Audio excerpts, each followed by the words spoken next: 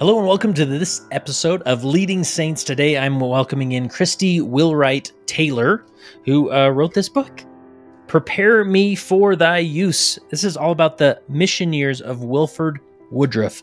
As you know, there is a phenomenal organization called the Wilford Woodruff Papers, who are taking all things Wilford Woodruff, everything he wrote, received, sent, mailed, all of it, just like the Joseph Smith Papers Project, and they're compiling it. They're making it searchable, and so you can really dive into these points of history. And part of that are books like this that Kristy so awesomely wrote, and it's published by Deseret Book, and you can find it there. And so I want to bring Kristy in. Of course, I love all things Wilford Woodruff. I actually interviewed her dad, Stephen Wheelwright, and so we'll link to that. We tell some great leadership stories from the life of Wilford Woodruff, and so we definitely talk about Wilford Woodruff here. Is this kind of a bipolar episode, and that's my fault. Sometimes I want to talk about Wilford Woodruff, and then Kristy does a great job weaving in some Wilford Woodruff stories into her leadership journey as a Stake Relief Society president, and that's worth a listen itself. How she leads in Texas as a Stake Relief Society president, and we get into talking to women about garments and temple recommends and talking about the tough issues in Relief Society and why we should do that rather than just avoid it. And so really, really inspiring stuff. You're going to love it. Here's my interview with Kristy Wheelwright Taylor. All right, Kristy Taylor, welcome to the Leading Saints podcast. Thank you. I'm glad to be here. Now I have your book here that you sent me, Prepare Me for Thy Use, Lessons from Wilford Woodruff's Mission Years. And your maiden name is Wheelwright, and I actually interviewed your dad, Stephen Wheelwright, about Wilford Woodruff as well. That's right. And I guess, what's the connection to your family and Wilford Woodruff? Well, I'm not in Utah. I'm in Texas, but my parents are in Utah now, and so my dad, the Wilford Woodruff Papers started 5 years ago, and my dad started to get involved at the beginning, and so he was kind of pushing me from his end to get involved as well. And then our bishop here in Texas, he and his brother were involved, so I was getting some pressure from both sides. So I joined the project at the beginning 5 years ago, and my dad and I have both been on it ever since. He said he was only going to be on it for 6 months, but yeah. Yeah. So I think most people are familiar with the Joseph Smith Papers, obviously, basically taking everything that Joseph Smith touched or wrote and organizing it in a way that can be studied. Yep. And the same thing is being done through the Wilford Woodruff papers, right? Yep, that's right. So yeah, the Joseph Smith Papers are obviously the gold standard of, church historical documents like that. But Wilford Woodruff, we've got about 45,000 pages on the website. You can see them all on wilfordwoodruffpapers.org, and they're all searchable by people and places. And the people are linked to Family Search, and you can find your own relatives, and you can search by topic and scripture reference and all sorts of things. It's really great. Because he really was the gold standard for journal keeping. Is that right? Absolutely. I mean, he had 31 journals and day books. He kept records for about 64 years. He's got about 30,000 letters sent and received. Wow. Yeah. And I was just reading in the introduction. Let's see. He was born in 1807. 1807, right? And he died in 1898. So his span really was all of early church history. Yeah. And it just made me think he was just about the age of Joseph Smith. And so if Joseph Smith would have lived his full life, he would have maybe died around the same time that Wilford Woodruff died. Yeah. And so that's a lot happened during those years. It's a lot of years. Yeah. Yeah. And Wilford wrote a lot, but it wasn't really about him. It was about everything. He really cataloged just everything. Yeah. Good stuff. And so this book, obviously, about the lessons from Wilford Woodruff's mission years. Should we expect more and more of these types of books coming out? I don't know about that. Not that you have to write them all, but But yeah, this is he served about 7 missions in his first 12 years before the Saints headed west. So this is, there's a lot of England in here and the United Brethren and all the discipleship that he learned, in training for his tenure as president during these mission years. So was there anything specific that led to a book specifically about the mission years? Or? My dad, I helped my dad prepare a conference talk for Wilford Woodruff conference that we did a couple of years ago about lessons in leadership. And that's what he talked about on your podcast when he was on. And then I helped him write the article for Meridian Magazine, and that's on our website as well. And he kept saying stuff like, somebody should really write a book about this. And I was like, who are you talking to, Dad? Yeah. So now there's a book. That's cool. And you just try and highlight as many of the fascinating stories from his mission years. Yeah. And if you read the book, it's mostly his words. There's a lot of he's a great storyteller, very colorful, funny, really engaging. So it's a lot in his words. Yeah. That's awesome. He was kind of an adventure story. And this is published by Deseret Book, and so it is for a general audience, right? It's not just for geeky it's Religious historians. Studies Center and Deseret Books. So yeah, I think anybody. It's not just for grandmas or academics. Yeah, yeah, and it'll be out on May 12th. Awesome, very good. Well, I definitely have to explore various ways we can continue to talk about Wilford Woodruff's life and share the stories. But obviously, there's so many that the book is a good place to go and to check out. But I also want to invite you on to talk about some of your time as you're currently serving as a Stake Relief Society president. That is correct. Here in Texas, I'm in North Fort Worth. Yeah. Great. And is there a story behind you being called to that role? I was Relief Society president in our ward, and got, borrowed from the ward into the stake about 2 years ago. Nice. And do you remember anything from the beginning of that, like just getting started in that role? I mean, sometimes we have these preconceived notions as far as what a stake leadership is like and what you do. But what do you remember about just getting started? Most people live in fear of the stake calling, right? But I remember being a little overwhelmed. But we've got a great stake president, really supportive, especially of the women. And my sister's also a Stake Relief Society president and one of my best friends. And so I had some help. Yeah, love it. So when you say your stake president is supportive, I mean, what does that look like? He's always available to talk things through, and he's very interested in what I have to say, and the women leaders, so the Stake Young Women, Stake Primary, and Stake Relief Society. He gets us really involved in all the decision making and the meetings, and we really feel like we have a voice. And if we want to enact some change, you open up the handbook, and if it doesn't say it in the handbook, then we run with it. Nice. Love it. Is there anything specific as far as like change or adjustments you've made that stand out over others? Well, we don't do Stake High Council speaking Sundays anymore. We do Stake Leadership Sundays. So we travel with the High Counselors to speak, and we trade off who speaks last, so that it's not always the High Counselor speaking last. And I think that kind of visibility is great. And I think the sisters in the stake appreciate seeing the sister leaders up there and getting to know us better. Yeah, that's awesome. That's great. And then how would you just describe the church in that area? What's the stake like as far as the geographics of it and the different demographics?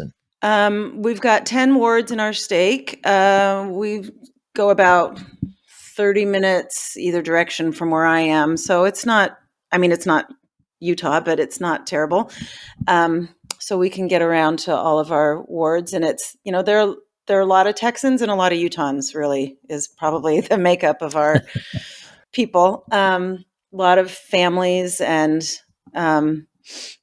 just growing really fast. I mean, we've got a temple going up in South Fort Worth, and hopefully another one in McKinney coming soon. So that'll be 3 in the area.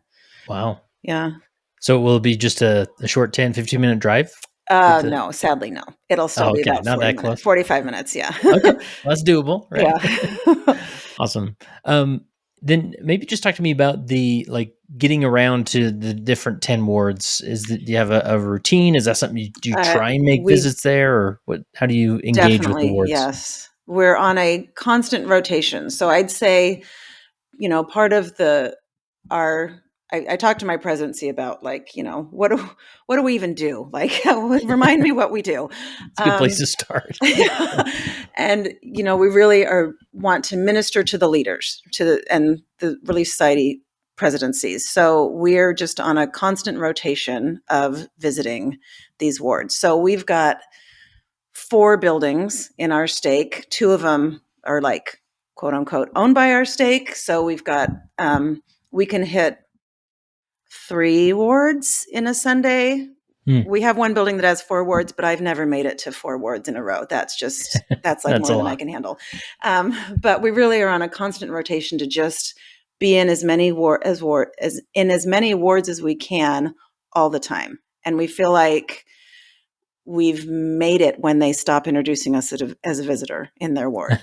Yeah. That's when we know that they're comfortable with us coming, because we want them to feel like we're there. We're not there to babysit them or to check up on them, but we're there to support them. And if they get to know us, the presidencies get to know us, and the sisters, then they're going to be a lot more comfortable coming to us with questions and, letting us help them when they're stuck or need support, or we try to tell them that we want to be their biggest cheerleaders. But to do that, you just have to be everywhere all the time. Yeah. And then as you show up in a ward, is there a certain game plan or something you try to accomplish? Is it mainly just being present, being their cheerleader? Do you try and meet with them after? Well, if we're doing a ward conference, we meet with them after. But if we're just there on a regular Sunday, we just want to visit. And it's a great way to see kind of what their strengths and weaknesses are. And it gives us a good picture of the pattern of the health of the spiritual health of the sisters and the wards across the stake.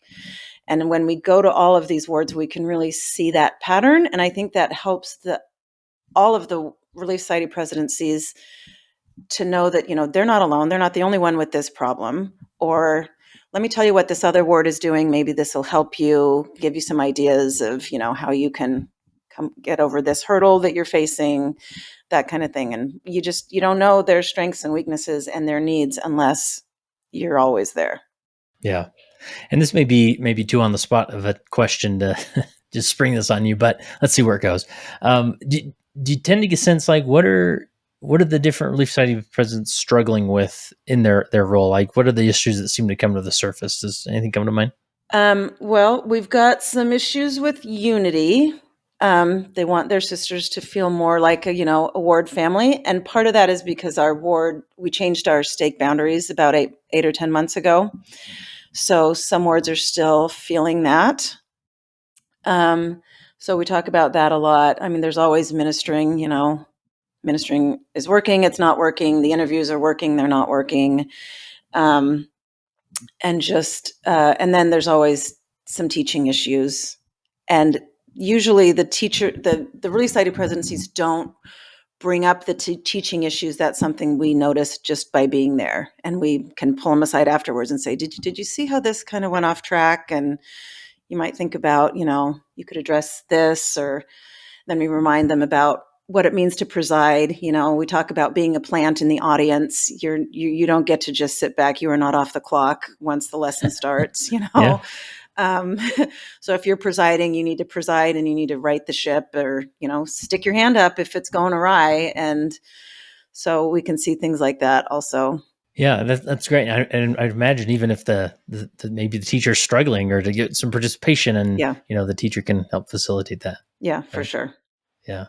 Anything else around the concept of unity? This is one of the principles you put on your list, because this is something that's on the top of minds of a lot of leaders, of just stimulating unity. We want people to feel comfortable, but we want some authenticity there as well. And exactly. Anything comes to mind? Well, if I can tell a little Wilford Woodruff story, if that would be okay. Oh, I like it. Let's weave it in here. In 1887, in the spring of 1887, it was clear that John Taylor, the third president of the church, wasn't going to be around much longer. And, succession in the presidency hadn't gone very smoothly previously. It was 3.5 years between Joseph Smith and Brigham Young, and then 3 years between Brigham Young and John Taylor. And Wilford Woodruff was the president of the Quorum of the 12 by this point, and Heber J. Grant was a junior member of the Quorum of the 12. And Wilford knew Heber because Heber's dad, Jedediah Grant, was one of his friends from Zion's camp and all of these years. And so Heber J. Grant came in and asked Wilford Woodruff in March of 1887, do you have to be the next prophet, or could we just jump ahead to Joseph F. Smith? And like, oh, that's kind of a question, right? Like, you want to skip me entirely? And Wilford Woodruff was so gracious about the thing. In his response, he wrote him a 10-page letter in response. And he started off with, you asked me a question last time we met, which I was not prepared to answer at the time it was given. I have given the subject some thought and reflection, and now I feel prepared to answer the question. And then he goes on for 10 pages, and then he signs it, I remain your brother in the gospel. And it's just so patient and gracious and sincere, and just a real desire to help him understand. And so I think of that a lot when we're talking about unity with our, in the wards and with our presidents and in our presidencies, about just being gracious and sincere and taking the time to really listen to what's going on. And I think that makes a big difference, because nobody's going to listen to you if you're not being sincere, if they think you're just in there to tell them what to do. Nobody wants that, right? Right. Yeah. I mean, that doesn't get you anywhere. So, I mean, I think that those qualities can make a big difference. Yeah. I love that story. And I mean, Wilford Woodruff was just, I don't know if the expert's the right term, but he navigated some really tricky dynamics. Yeah. It was almost like, as he was coming in, the church was sort of institutionalizing, right? It was becoming this large moving organization. Yeah. And, I just the stories, I thoroughly enjoyed, Saints Volume 2, where it talks about just the dynamics he had to deal with the polygamy issue and man, just some tough situations. Yeah. And you look back and, his influence is obviously still with us, and, as far as how we run and function. But even those succession dynamics was something that had to be figured out. And, he did it, I mean, with the help of others, but he threaded that needle. So. But he was really clear that it was the unity with the other brethren that made all of that possible. Yeah. And now even today, that's a huge part of our leadership culture, is that unity, right? Yeah. Yeah. So that's powerful.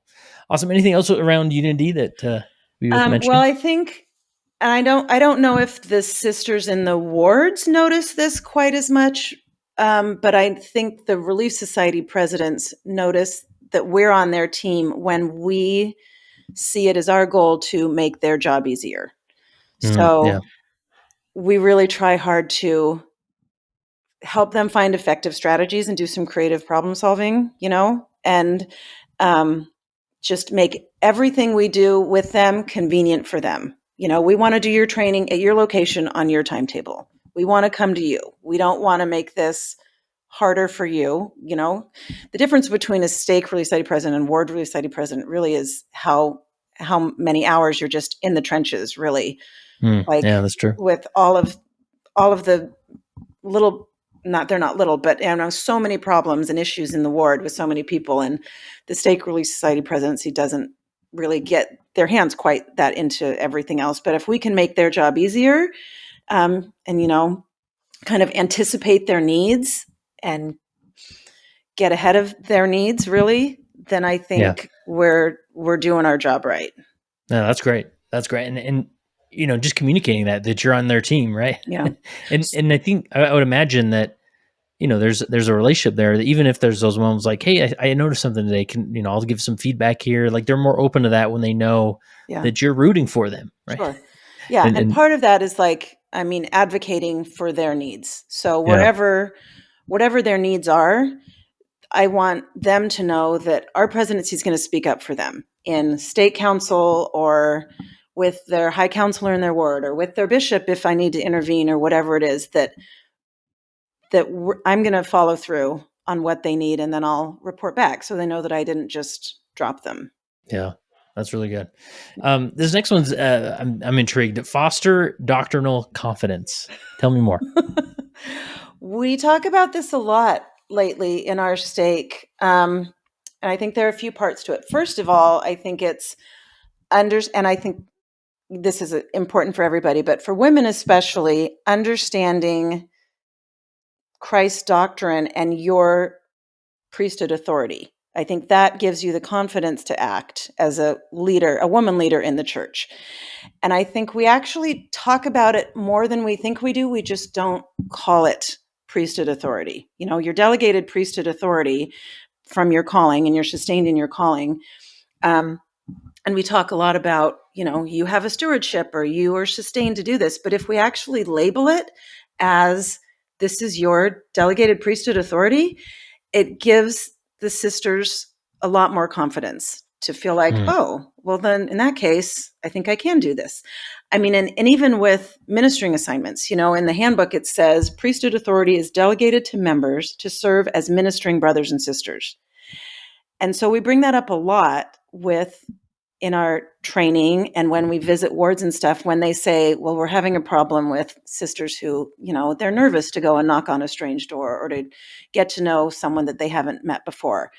And we remind them that this is they have priesthood authority to do this.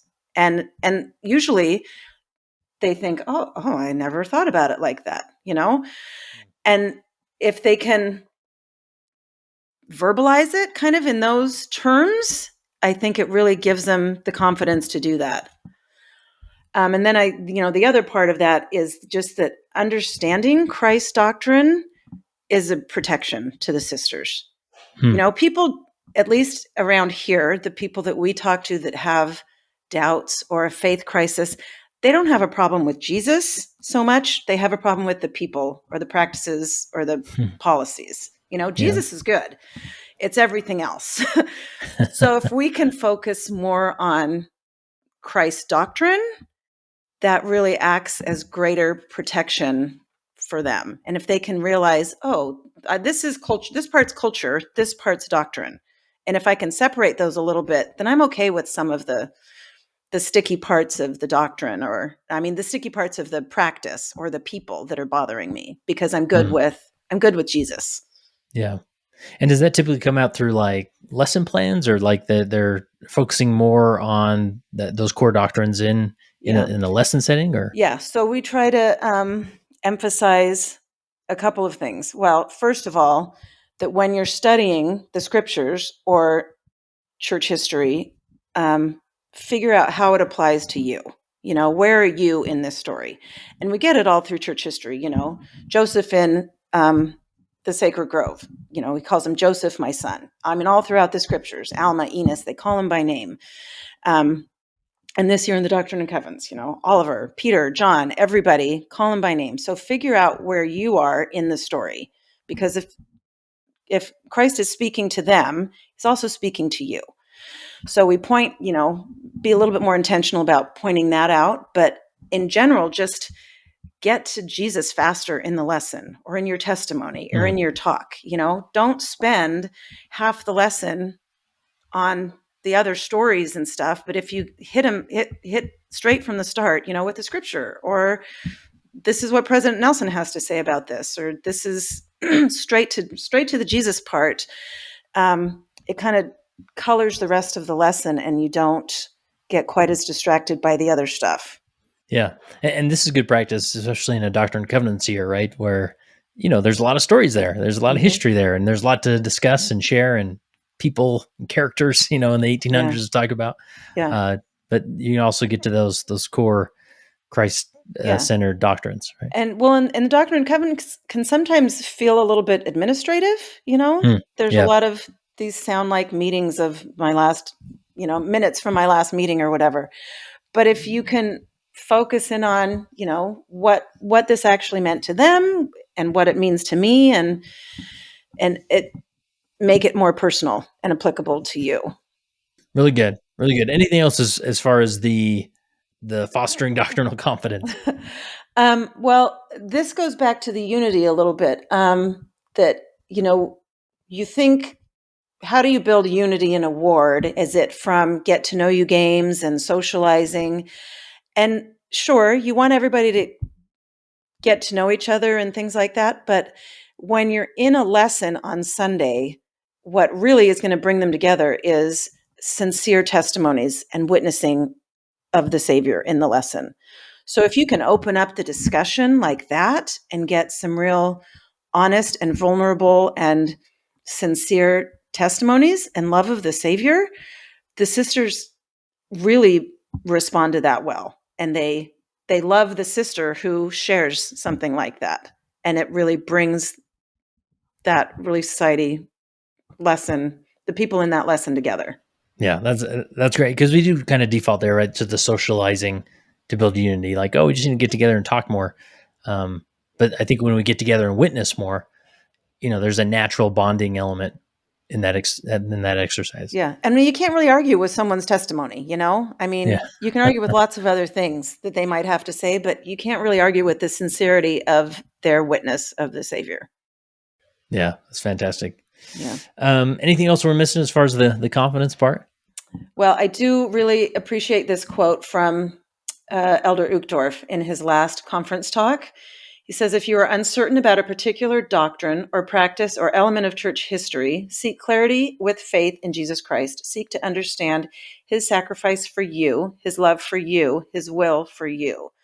And I love that he points out doctrine and practice and church history, and that all of those things apply to you.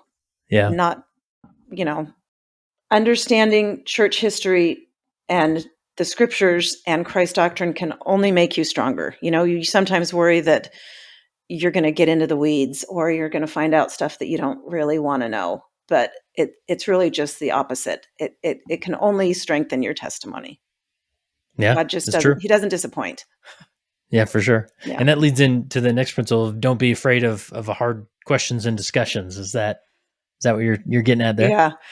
We talk about that a lot in our stake. And we really want, as stake leaders, because like you were saying earlier, what is really the role of a stake leader? Well, we don't want to seem like we're inaccessible or we just do things, behind the curtain like the great and powerful Oz or whatever.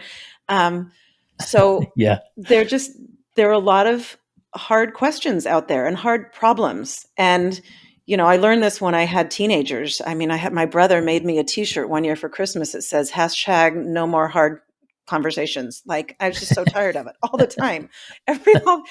But when you have some unity in your presidency and you're with your leaders, and when you feel confident in the doctrine, those hard questions and those hard discussions are totally worth it, because that's where the growth is. I mean, if we believe in ongoing restoration, yeah, that's the whole point, is the questions and bringing up those hard topics that other people are thinking about that. So, I mean, sometimes they'll come to you with those topics, but other times you just hear rumblings and you're like, oh, this is something we need to address, right? Yeah. So, for example, when they changed the question in the Temple Recommend interview about garments and what they read about the garments, like we brought it up in State Council, and some of the stake presidency said, oh, isn't this so great? And I was like, actually, I raised my hand. We've got a few women who are having a problem with this because they're not quite sure how to interpret what this really means.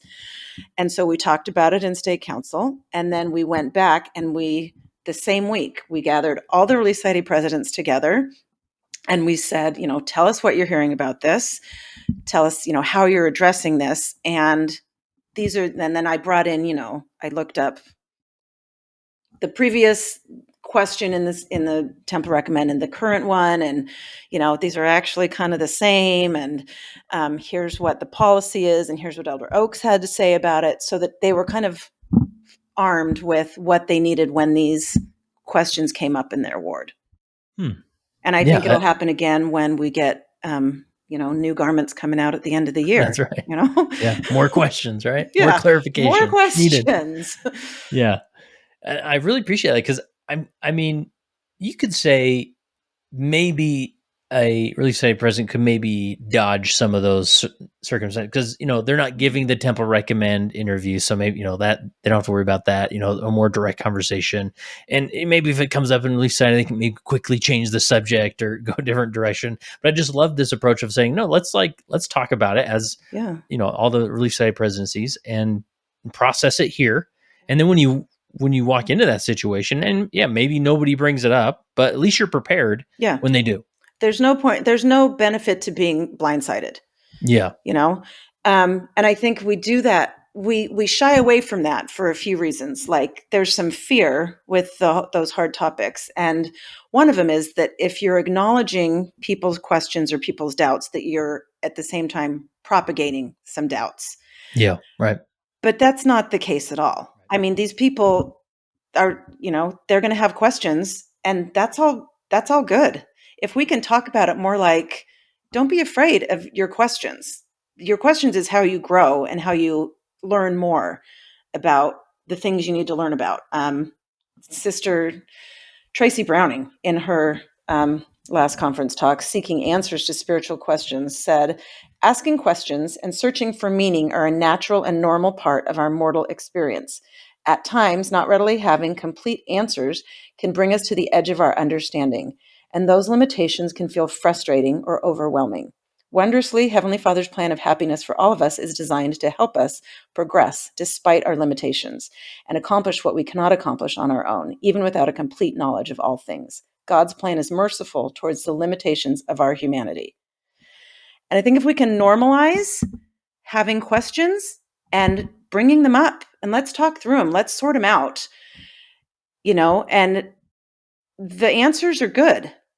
God's answers are good. So as long as you're getting them from reliable sources, the scriptures and the words of the prophets and everything, you're going to be happy with those answers. It's when you don't bring up the questions, the hard topics, and you take them somewhere else instead.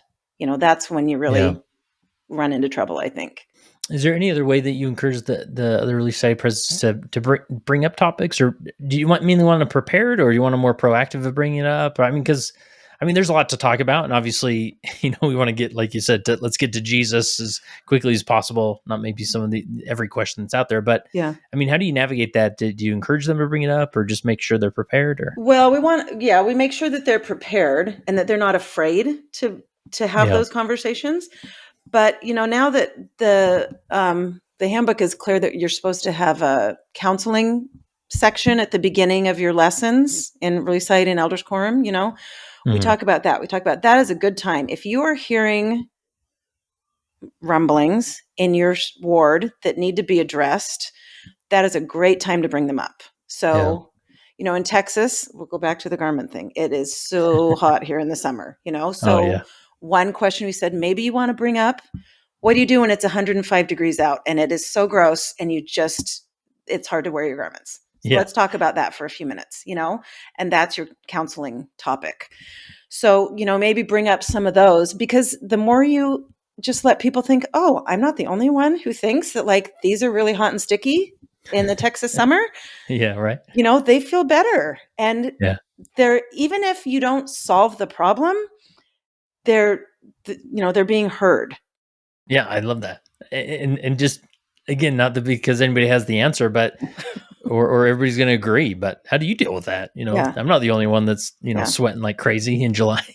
So I think part of that is with the hard topics, issue is getting to the root of what they're really asking or what the misunderstanding is. So if you go back to the Wilford Woodruff example with this letter that he wrote back to Heber J. Grant.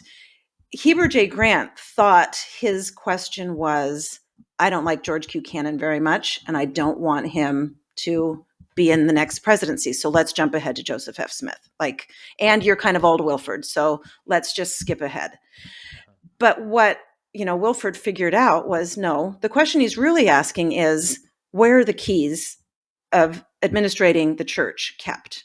And so that was the question he answered, and that is actually what they needed to know, that set up the succession of all the future, his explanation sets up succession of all the next presidents of the church by spelling that out. But then he also realized, well, I do need to address this issue of what's his problem with George Buchanan and how are we going to get unified behind my presidency that includes George Buchanan, So he spent almost 2 years talking to his presidency and the Quorum of the 12 about how do we get you guys comfortable enough that you'll sustain my presidency.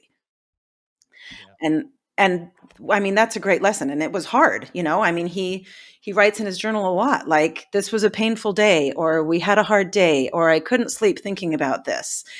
And he did it great. I mean, one time he records in his journal, I think I'd done wrong and I took the matter too far. He maybe lost his cool. But other than that, he's very patient and he lets them all get out their issues and they just talk it out until everybody feels better. And, he still had the presidency he wanted. I mean, it was the same result, but with all of the backing that he needed and the understanding that the Quorum of the 12 needed to make that work. Yeah.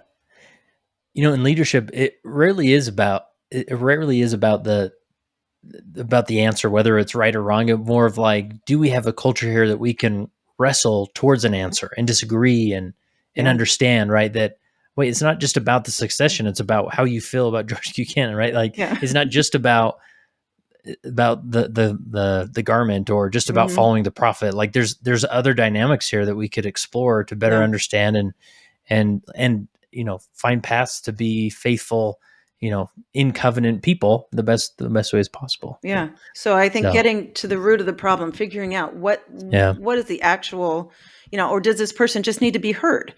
I mean, just this week, our stake president got a letter from a sister in the stake who wanted to talk to him about something. And so it was a stake presidency and me, because she was a sister, and we sat down with her for 45 minutes just yesterday. And, part of it was she wanted to be heard and she felt so much better that we were going to listen to her. But part of it was some problem solving. So, come in with your notebook. I never go anywhere without my notebook. Figure it out. Be the problem solver that they need.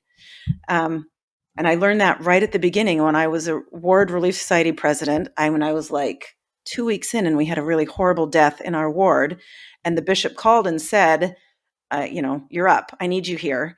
And I was nervous and I showed up with my notebook, and I was where I needed to be, and I was taking notes the whole time. And then we got into solving all the rest of the problems after that. But you just have to maybe think outside the box a little bit and figure out how to be the problem solver that they need. Yeah. That's powerful. That's powerful. Anything else around tough questions? Do we cover that pretty well? Well, I mean, the last part I'd say is for women especially, and I mean for men, get the other side of the table involved. So a lot of these questions I maybe can't solve, but I know who can, or I can encourage this Relief Society president to call your elders quorum president. This guy should be your new best friend. So get him on board, see if there's some stuff you guys can do together. Or, let me call the high counselor over your ward, or let me call your bishop and see if he has any insight into this, or let me take this to state council, so that you're getting, not just the women trying to solve it from our side, but the men involved. And then I think the more you can show that, that visibility of the women and the men working together, that helps the women feel better about a lot of the issues that they have. Is that, well, this isn't just, the women doing this around the kitchen table. This is all of the leaders working together to help me solve this problem. Yeah, that's powerful. That's powerful. I love that. Well, Kristy, this has been great. I mean, so much to learn, so many dynamics and things to consider. I think it's been really helpful. And then, throwing in some Wilford Woodruff as well in there. He's got a story for everything. I know, right? He was around so long and wrote so much. So I'm excited for his podcast in the next life. So, I know. So it's going to be a lot. And obviously, if people want to check it out, obviously Deseret Book is publishing it, so they can get it you can get it at Deseret Bookstore. Yep. Or the RSC website, the Religious Studies Center website. Oh, cool. Yeah, the Deseret Book website. I assume it will be on Amazon. Yeah. I haven't seen it there yet, but yeah. I'm sure it will be. And, now that I've written a book, I get everybody asked this question. Is there an audio version? There is not an audio version. All right. We'll have to You're do gonna it the have to. You're gonna old-fashioned have way. to have someone sit and read it to you. Yeah. And, I'll mention this sort of online here, that if there's some stories or concepts, especially this book specifically, I'd love to continue to put that out there, either through like our YouTube channel and getting information out there, because I love good early church history story, and especially Wilford Woodruff, and so I'd love to promote more of that as much as possible. I was surprised that there wasn't more written about him, and considering as much as he's written. I mean, there's a great book by the Wilford Woodruff's Witness, developing the development of temple doctrine, written by our executive director, Jennifer Mackley. Oh, okay. And then there's a big fat biography of him. But especially considering what a great missionary he was. I mean, what a powerful missionary, and how many great stories he had. I was surprised that there was kind of a hole in the market there. Yeah, for sure. Yeah. Well, I'm glad you're contributing and writing more books like this, and encourage people to check it out. So last question I have for you, Kristy, is, as you consider your time as a leader, how has being a leader helped you become a better follower of Jesus Christ? I think I've just learned a lot about how just beautiful and merciful and joyful the plan of salvation is. And I never get tired of teaching that and helping our sisters understand just how beautiful the plan is. I mean, in Alma 42, he talks about it as, the plan of mercy, the plan of salvation, the plan of happiness, the plan of redemption. And it's the more you study it, the more I study it, the more I appreciate that. And, there's a lot of noise around the gospel, but the plan of salvation is just beautiful and amazing and brings a lot of joy. And I love when we get to focus on that.